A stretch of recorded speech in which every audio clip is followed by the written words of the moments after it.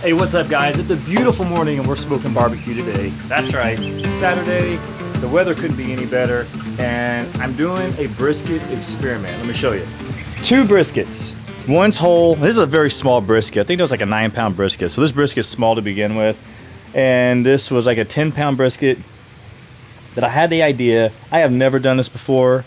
I said, screw it, why not? I want to try it to smoke mini briskets. So I took this brisket and I cut it up into 4s. I am worried about little areas like, you know, the edges here kind of burning up a little bit. So I will watch those and I will protect them. The key to this is going to be to keep these moist.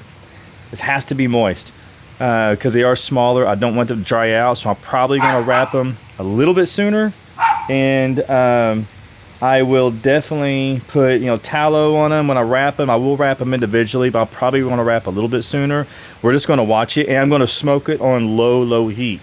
Looks a little bit more red because I am trying this Boar's Night Out Southern Thunder. Southern Thunder. I never tried this before, but I love Boar's Night Out products. They're amazing. I just dusted this one side. Yeah, so we're going to try this out. Other than that, they're just salt and pepper with a mustard binder. And let's just get these on the smoker. And I'm going to put this on the lower racks here because I want it to be cooler. This smoker smokes warmer on top, cooler on the bottom. So I'm going to stick around this area right here. I'm going to lay these up fat side up.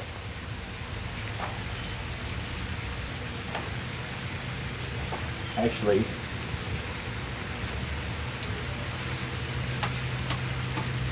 yeah. Actually, that's fat side up. Wrong way. Because I'm going to access these probably sooner before I do the whole brisket. And so I'm going to do that whole brisket right back here.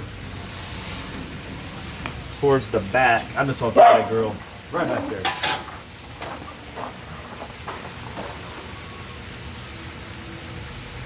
Like so.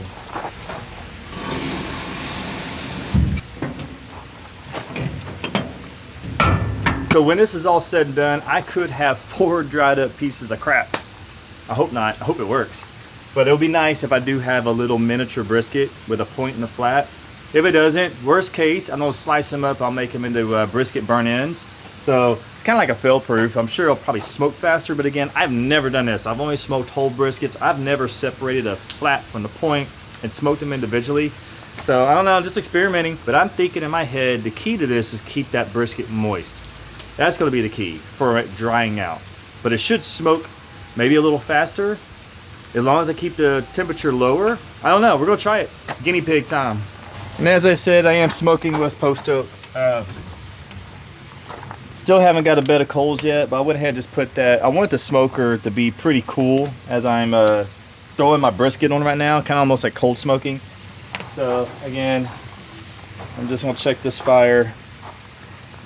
I haven't even really got my bed of coals established yet, but it's fine.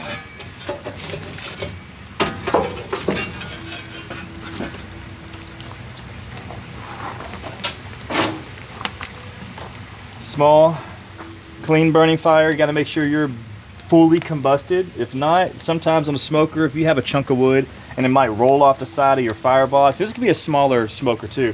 But if it rolls off in the corner, that piece of wood is gonna smolder. It's gonna create a lot more smoke.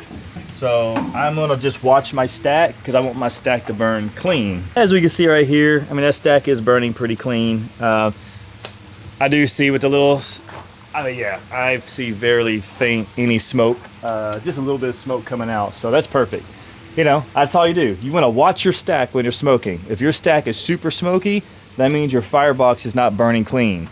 You want to get it, and a lot of times you can just move a log or move some charcoal, just move your fire around and it will burn clean. So it's just fire management basics. Just watch your stack and I'll tell you everything you need to know.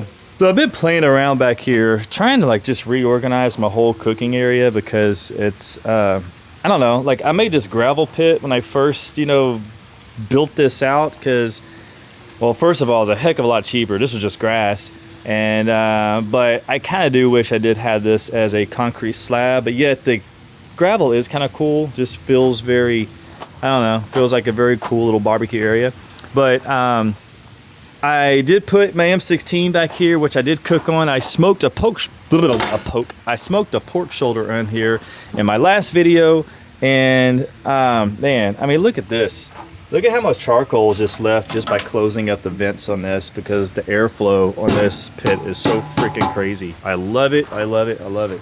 I got my M16 back up here, so I'm smoking on it, or I'm grilling on it. I'm kind of do everything with this grill. I love it. I did put one of my little tables back here. Just put my charcoal, nice little prep surface. I mean, I got stainless steel griddles and all kind of stuff. I do have a stainless folding table that, you know, I could just put right here in the middle, and if I just need more of a nice little working surface. And I have a couple of C4 grills. I don't cook on those that much back here, but I mean, just in case, why not? If you need it, I got them. And snake away. No, this is not part of my secret recipe. Snake away. I just put this bag over here because that bag freaking stinks. I had a big snake on my patio, and because we live by the golf course water, and that freaking snake like scared the crap out of me, and I hate snakes. And I walked out my back door, my dog was freaking out, and I walked out and there was a snake with a frog in his mouth. It was absolutely freaking yeah, it was disgusting, and I don't like snakes. So, and of course I got my trusty M36, which I love. Man, I do more grilling on here than smoking, or when I do smoke. I think I mentioned this before.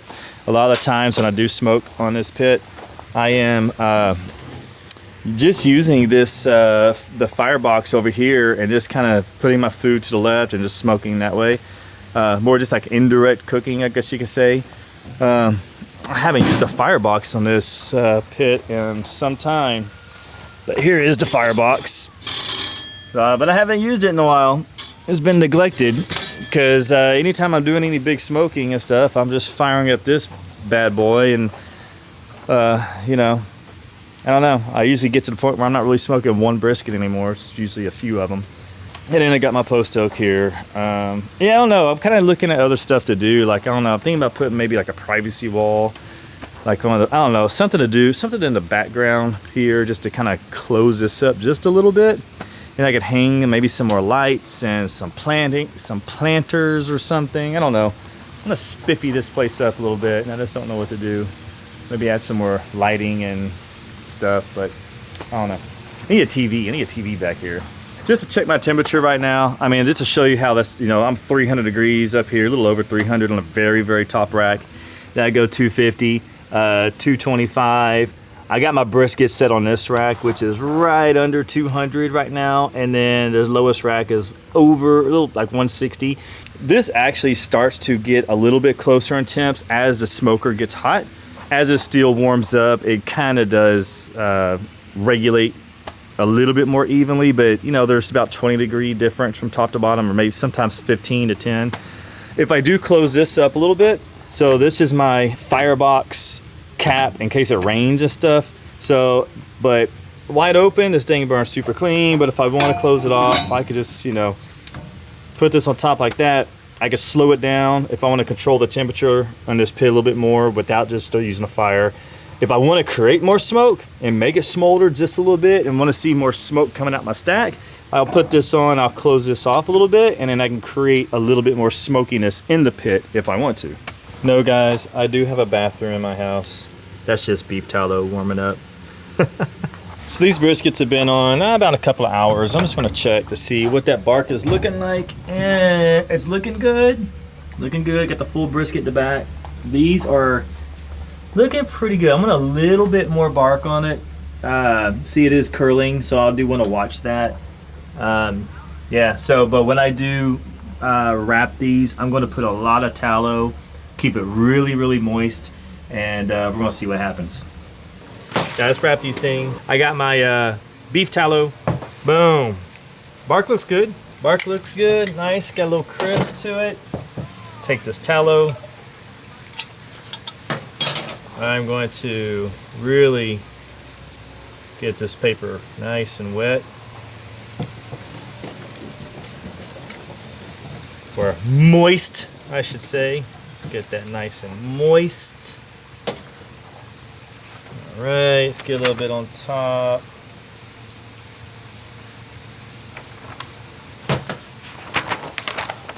good. And we are going to wrap this. Let me get this brisket down a little bit more.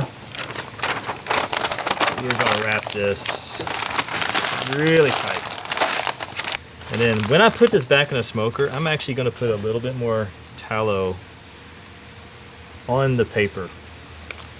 Like I said, I want this to be really soaking moist. I'm going to take a little bit more tallow and pour right on top of each one. And there we go, 4 little briskets. So again, the whole goal of doing this is like, man, my favorite part of the brisket is the bark. I love the bark. I love a brisket that's got a good bark. And of course, like the brisket portion itself, like the meat is very tender. But man, the bark has so much flavor, is so good when it's done right. And I can't stand going to some of these barbecue chains, which I don't go, but when I do see them making brisket and they're literally like cutting off the bark and it's just like, why? What are you doing? Or they don't smoke a brisket to achieve a good bark. Nah, man, that stuff, that don't work for me. So if I can do this with these little mini briskets where smaller portions covered and you actually have more bark per bite, might be onto something. Or not. Or this could be total failure. Let's check the temperature of these briskets now. And let's just see where we're at. I'm expecting these guys to cook actually much faster, but I don't want them to cook faster. So I might have to drop them. Let's just see. Let's check. Yeah, I'm at 207, 205. These are the flats. Okay, yeah, those are at 210. So I'm gonna take these off. I'm gonna put them down here where it's just a little cooler.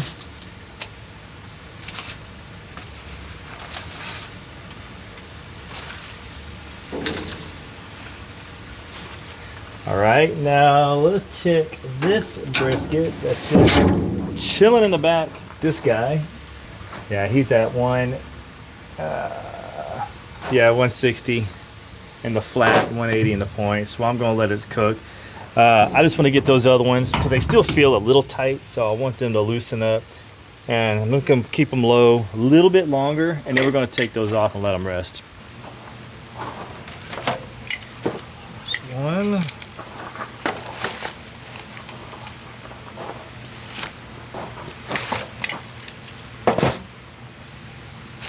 204. 204. They feel pretty good too. So take these inside. So guys, after a quick smoke, we officially have my mini brisket. Yes.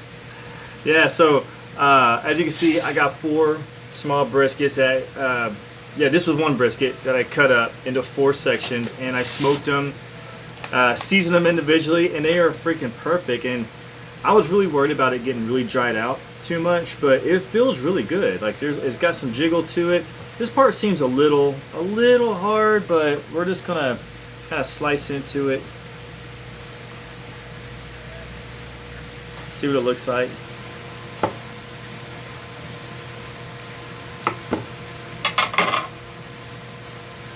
I mean, I don't know if you can see that, but it looks good. I like that it's smaller bites, but you have the bark all the way around, which that's actually what I was going for. So let's try it out. Oh yeah. No, it pulls. Ooh, it's still warm, but it pulls actually really nice. Now that's a big chunk, but it's coming apart. I cut that up pretty thick. Oh yeah, that is good. So, I mean, there you have it. Small, little briskets. I love it. Alright guys, I'm gonna eat this up. Now I don't have to sit there and mess with these. I just keep them wrapped, keep them resting longer. Like I put these in the fridge, freezer, whatever. If I want to divide it up like this and I want to give some to my family or friends or something, and it's like, it's perfect. You see here. Look at that juice. Ooh, they're still hot. I should let this rest a little bit longer, but I just got kind of really anxious because I'm getting hungry. But you see, I mean, it's got a lot of juice, a lot of flex. Look at the juice is dripping. Oh shoot! I almost dropped it. Let's see the flex. Yeah, I mean, it's great. Okay, real quick, I'm dicing up one of my briskets into just burnt ends, and I'll show you as how I'm going to prepare this. Man, it is so soft. I mean, even the end is just super squishy, and that was what I was worried about. I was worried about the ends getting too hard, and it's perfect.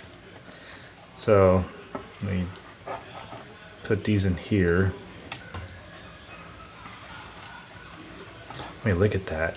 I mean, just super juicy. All right, so this is a mop sauce that I've made. I will actually share the recipe to this because it is really good. What I like to do, sometimes I haven't done this in years, but I just remembered this recipe. And if you take some burnt ends and such, and you drizzle this on top, and let these juices kind of soak in, oh my gosh, it's absolutely amazing. See if I can get that just dripping. Oh man. That is excellent. All right, that's it. I'm gonna let these kind of soak up. That's dinner tonight, and I'll see you guys on the next one.